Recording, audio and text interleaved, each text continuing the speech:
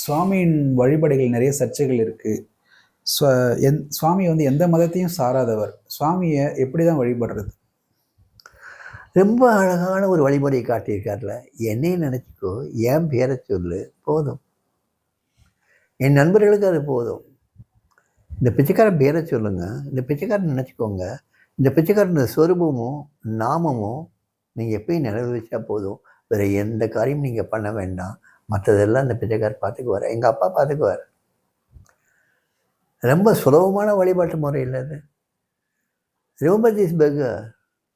Remember this beggar's name. Remember this beggar's form. Remember any form of gesture of this beggar.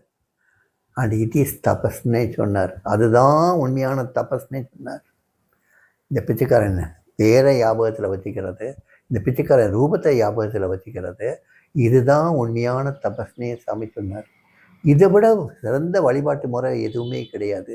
ஆனால் இது எல்லாமே உள்முகமாக நடக்கக்கூடிய சமாச்சாரமாக இருக்கணுமே தவிர்த்து நம்ம வந்து பக்திமான வெளியே காட்டிக்கிறதுக்காக வெளியே சொல்லக்கூடிய விஷயங்கள் கிடையாது.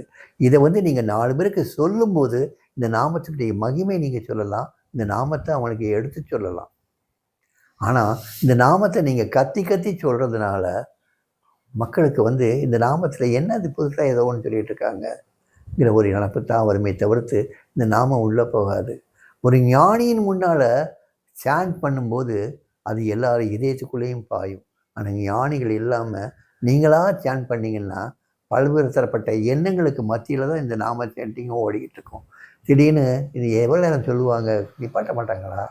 இன்னொரு 5 நிமிஷம் சொல்லுவாங்களா? இன்னும் 2 நிமிஷம் சொல்லுவாங்களா? போர் அடிக்குதே, அடுத்து வேறு எதாவது செய்ய போகிறாங்க, இந்த கேள்வியெல்லாம் வரும்.